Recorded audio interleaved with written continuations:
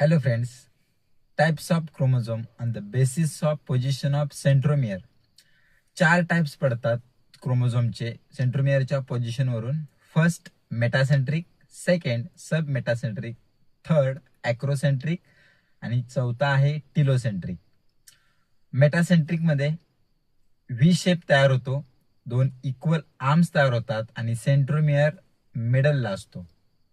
Second सब metacentric, centromere हा near mid point middle पासून थोडासा जवळ असतो. एक मोठा आर्म आणि एक छोटा आर्म तयार होतो, एल शेप तयार होतो. थर्ड ॲक्रोसेंट्रिक, ॲक्रोसेंट्रिक मध्ये सेंट्रोमियर हा एंड पासून थोडा जवळ असतो. एक खूप मोठा आर्म आणि एक छोटा आर्म तयार होतो, जे शेप आपल्याला बघायला मिळतो. Last one is telocentric. Telocentric मध्ये टिलो मीन्स टेल, सेंट्रोमियर हा ऍट द एंडला असतो अँड स्मॉल आय लेटर आपल्याला बघायला मिळते. टिलोसेंट्रिक मध्ये सिंगल आर्म आपल्याला बघायला मिळतो.